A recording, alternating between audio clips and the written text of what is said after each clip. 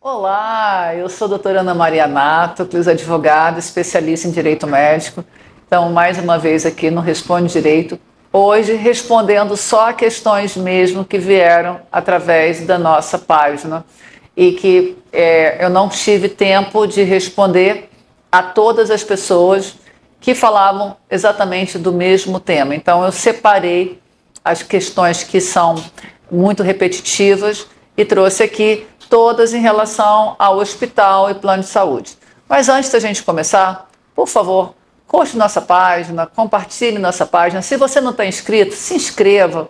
É muito importante para a gente. E continue escrevendo aqui embaixo o que vocês estão achando, porque os comentários é que fazem toda a diferença do nosso site. A primeira questão que veio para a gente é o seguinte: doutora, a minha mãe foi internada, ficou internada 2 meses, nós tivemos alta, foi tudo pelo plano de saúde. E depois mandaram uma conta para a gente, porque durante o período que ela ficou internada na UTI, ela teria feito sessões de fonoaudiologia e essas sessões de fonoaudiologia não eram cobertas pelo plano. E aí o plano não pagou e o hospital mandou uma fatura para a gente pagar. Isso é possível? Não. Eu já tive uma ação idêntica aqui a essa dúvida e o hospital foi obrigado a tirar essa dívida porque nós entramos com uma ação mostrando que, primeiro, quem tem que pagar seria o plano de saúde. Se era algo que não era coberto pelo plano de saúde, o hospital tinha que ter informado a família da paciente internada antes de fazer aquele procedimento. Existe uma questão do consentimento. Ninguém pode cobrar algo de você se você não autorizou aquele procedimento. Então, se o seu plano de saúde, digamos, não cobre fonoaudiologia dentro da UTI, para você receber uma fonoaudióloga dentro de uma UTI, tem que ser participada você. O seu plano não paga, a fonoaudióloga precisa vir com tal frequência e cada visita, cada consulta é X. Se você não deu essa autorização expressa, e aí você vai dizer, mas o paciente estava lá em coma, o paciente estava na UTI. Sim, mas todo paciente tem um responsável, que pode ser um filho, pode ser um cônjuge, pode ser o pai, a mãe, né? Alguém que é responsável por aquele paciente. Se aquele paciente, o responsável, não deu essa autorização, o hospital não pode mandar essa conta. E aí o que eu oriento? Entrar com uma ação judicial. E aí você tem que entrar com uma ação judicial, na minha opinião, contra o hospital e contra o plano de saúde também. Por quê? Porque você se internou naquele hospital porque ele era credenciado ao seu plano de saúde. Então, o seu plano de saúde, ele é solidário. Se o hospital faz alguma besteira, e isso aí é uma coisa errada, é um ato ilícito que o hospital está fazendo em relação ao paciente, à família do paciente, o plano de saúde, ele é corresponsável. Ele elegeu mal o hospital que ele colocou na sua rede credenciada. Então, nesse caso, eu entendo que você deve procurar, não deve pagar essa fatura. Você deve notificar, contra-notificar. Se você recebeu essa notificação, você contra-notifica dizendo que você não é responsável porque você não autorizou aquele procedimento, não autorizou aquele custo. E procura um advogado especialista em direito médico e processa. Pede dano moral, pede dano material. Se tiver algum tipo de negativação em órgão de restrição ao crédito, Serasa, SPC, você pede para dar baixa nesse tipo de coisa, porque eles estão fazendo isso, eles estão protestando títulos sem assinatura.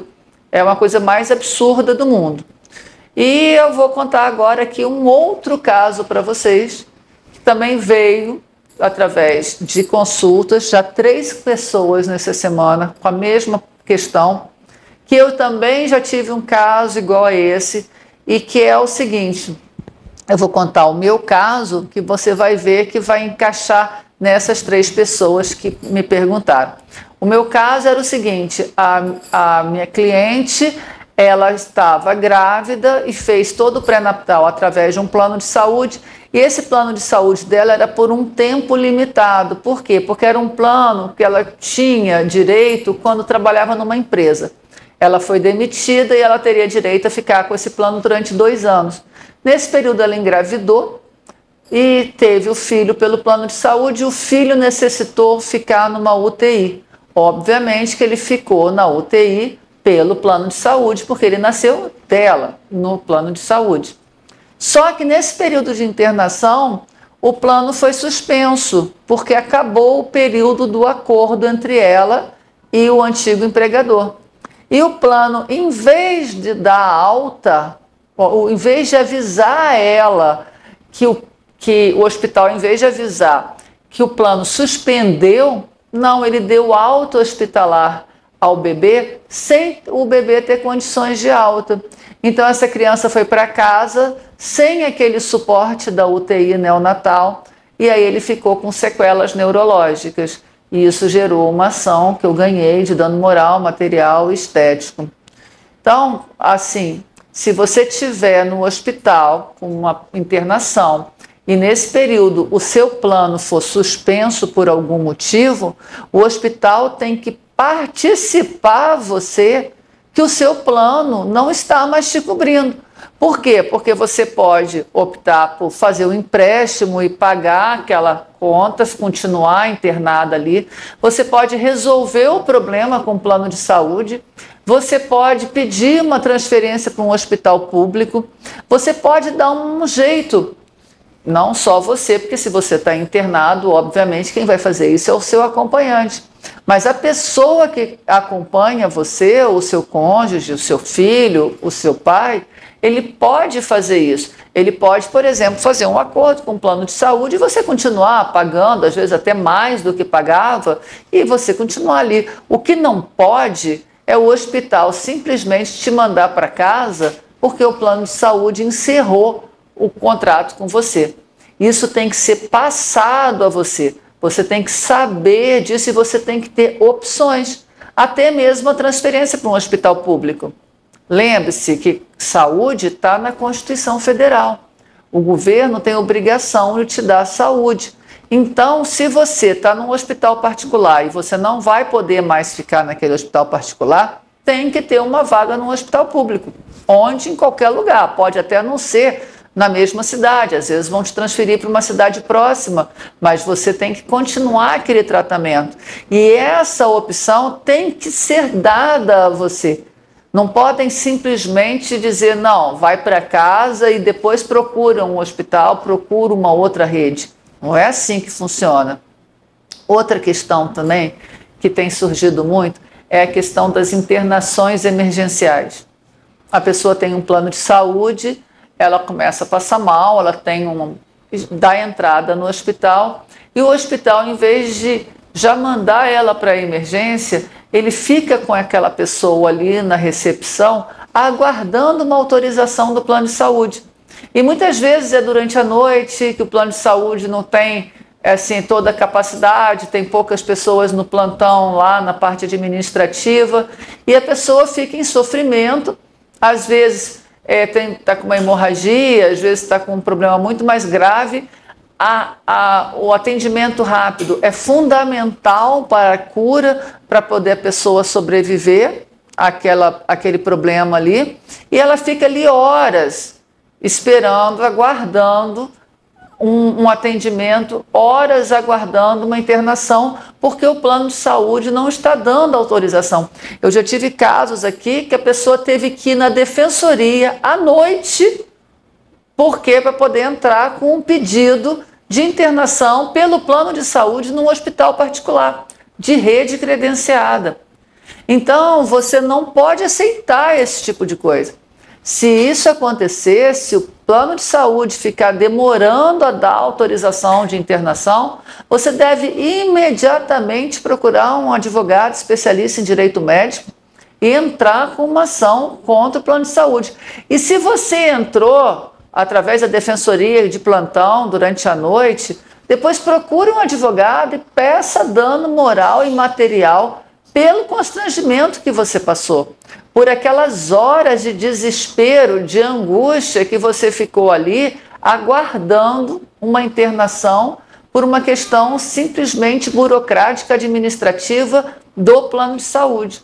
O plano de saúde, ele tem obrigação de funcionar 24 horas, porque a pessoa não passa mal só durante o dia, a pessoa não vai para a emergência só de dia. Ao contrário, muitas emergências ocorrem exatamente de madrugada, quando o plano não tem ninguém trabalhando. Então eles ficam aguardando de manhã, você passa mal às vezes 2 da manhã, 3 da manhã, e só chega um funcionário no plano às 8 da manhã e você fica ali aguardando no hospital. Não existe isso. O hospital, sabendo que você é do plano de saúde, ele tem que imediatamente cuidar de você. Não interessa que o plano não autorizou aquela hora. Ele tem que cuidar de você. Então, ele também é responsável. Você tem que processar o hospital que não te atendeu prontamente quando você chegou, e você tem que processar o plano de saúde por não manter uma equipe de plantão durante 24 horas para autorizar também a sua internação. Isso fique bem claro. E quando é hospital público, doutora, a mesma coisa. Nós temos que tratar a saúde pública da mesma forma. Eu falo sempre isso, o hospital público não é de graça. Todo mundo que está ali recebe e recebe muito bem. Os remédios são pagos, o governo paga, nós pagamos os impostos para eles estarem trabalhando ali, para aquele hospital funcionar. A saúde está na Constituição, o direito à saúde, a obrigação da saúde pelo Estado está na Constituição do Brasil desde 88. Então, você chegou num hospital passando mal, seja hospital público ou privado, você tem que ser imediatamente atendido. Não aceite ficar horas ali aguardando na recepção. Agora, faça o que eu falo sempre. Use o smartphone não só para rede social WhatsApp, não. Use para poder fazer provas a seu favor. Filme, fotografe, peça para a pessoa que está com você fotografar e filmar a tua angústia, fotografar e filmar as pessoas não atendendo, aquelas atendentes lá da recepção, conversando no WhatsApp com o namorado e não dando atenção aos pacientes. Faça isso, mostre isso, poste isso também nas redes sociais e traga isso para o advogado colocar como prova no seu processo. Então, não aceite jogar o seu direito no lixo. Nós temos que não só pensar no nosso bem-estar, como no bem-estar da nação. A gente muda uma nação exatamente denunciando as coisas erradas.